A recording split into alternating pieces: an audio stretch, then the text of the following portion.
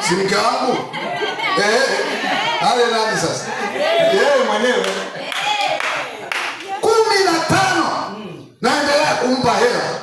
Na asiponiomba hela nasikia hasira, anasema wewe hela unamuomba nani siku hizi? Siku hizi itakuwa kuna mtu mwingine unamuomba. Niombe mimi.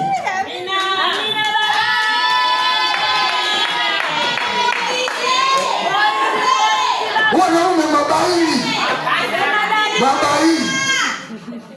Mwanamke unampa 500. Ndio bajeti ya siku. Haleluya.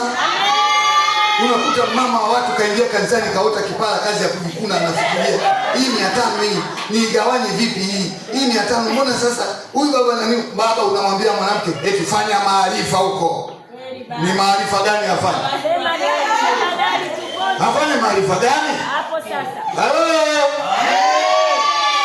Hii inakazia pointi yangu ile kwamba nimeongezeka upako.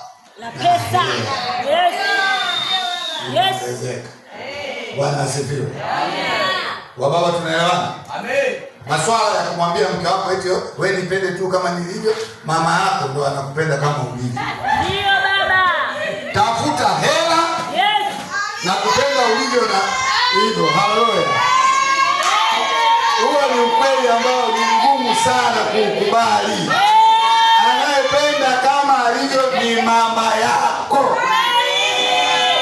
Mama yako mzazi ndio anakupenda hivyo hivyo. Hata uwe na hela umwambie mama leo sina hela, anasema mwanangu nakuelewa. Kuwa na amani mwanangu. Huyo ambaye umemchukua na vitu vya mviringo.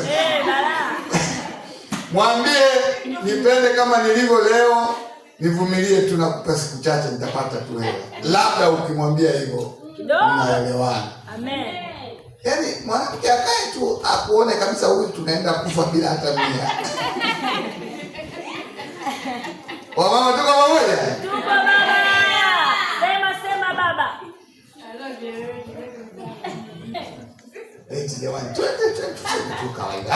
Hata nyinyi mlioko kwenye ndoa, at least kitu kufanya uvumilie, unaona kabisa kuna kadhalika fulani kama. Ndio baba, ndio dadi. Haleluya. Yaani wanagiza kabisa. Giza. Kila mkisema giza, mnaenda giza. Hapa nimeelewa na giza sio Mungu. Amen. Mungu hayupo hapa.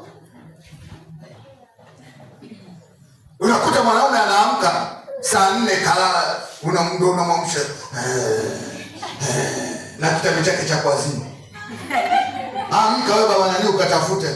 Subiri kwanza na mtafakari bwana. Umenikatisha kwenye maono, Mungu alikuwa ananionyesha kitu.